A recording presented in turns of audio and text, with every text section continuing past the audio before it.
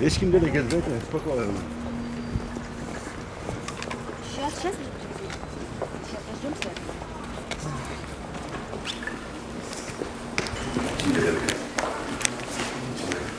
Баланы көріп отыр.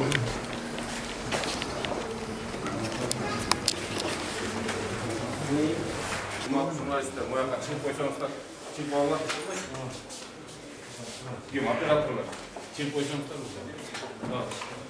Қошақ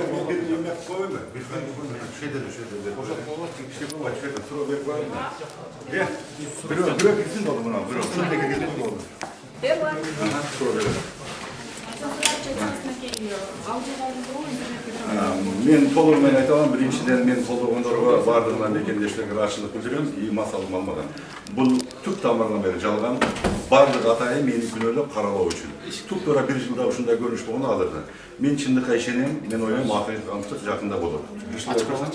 Барлығы, бұл мен ойлаймын, бұл атайы маған жасалған қара, атайы жасалған немелер. Bir дағы ал жерде ешбір депутаттардың немесінде болған емес. Біз сөйлеуші болған, только шайдаушы бойынша сөйлеуші болған.